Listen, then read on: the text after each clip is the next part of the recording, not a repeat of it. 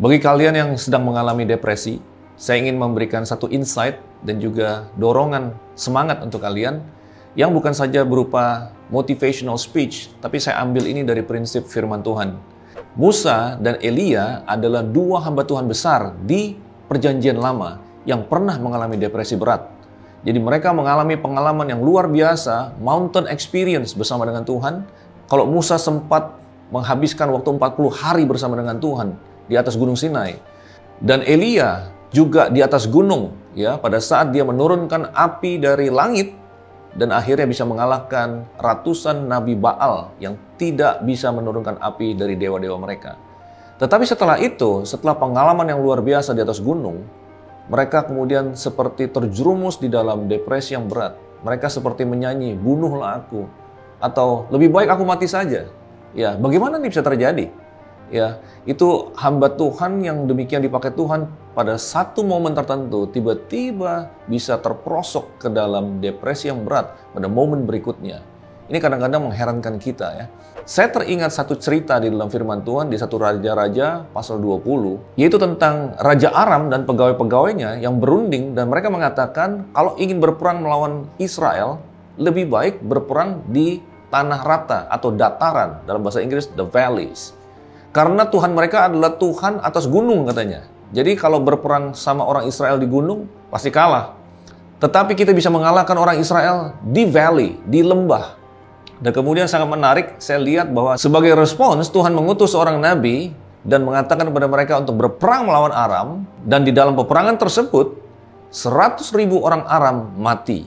Jadi orang Israel tetap menang, bahkan di lembah sekalipun.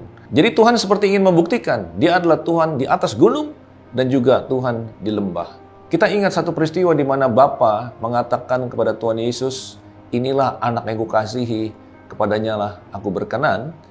Itu terjadi pada saat baptisan, bukan? Sebenarnya ada satu peristiwa lagi, yaitu di Bukit Transfigurasi, di mana Bapa kemudian menyatakan diri juga dan mengatakan, "Inilah anakku yang kukasihi, dengarkanlah dia." Jadi kalau kita lihat kedua peristiwa itu, di mana Bapa memberikan pernyataan tentang anaknya, menyatakan kasihnya kepada anaknya, memberikan afirmasi, memberikan dorongan, memberikan verifikasi kepada anaknya, putranya. Itu terjadi di dua peristiwa berbeda, di dua tempat yang berbeda. Yang satunya di Bukit Transfigurasi yang saya percaya itu adalah puncak Gunung Hermon, yaitu titik tertinggi di seluruh Israel, di puncak Gunung Hermon. Dan yang kedua, yaitu pada saat Tuhan Yesus dibaptis, itu kejadiannya adalah di Sungai Yordan. Tapi Sungai Yordan kan panjang. Peristiwa itu terjadi di dekat Bukit Pencobaan, tempat Tuhan Yesus dicobai selama 40 hari. Dan kalau kita teliti, lokasinya adalah di dekat daripada Laut Mati. Dan tahukah saudara bahwa Laut Mati adalah titik terendah di muka bumi, yaitu sekitar 900 meter di bawah permukaan laut.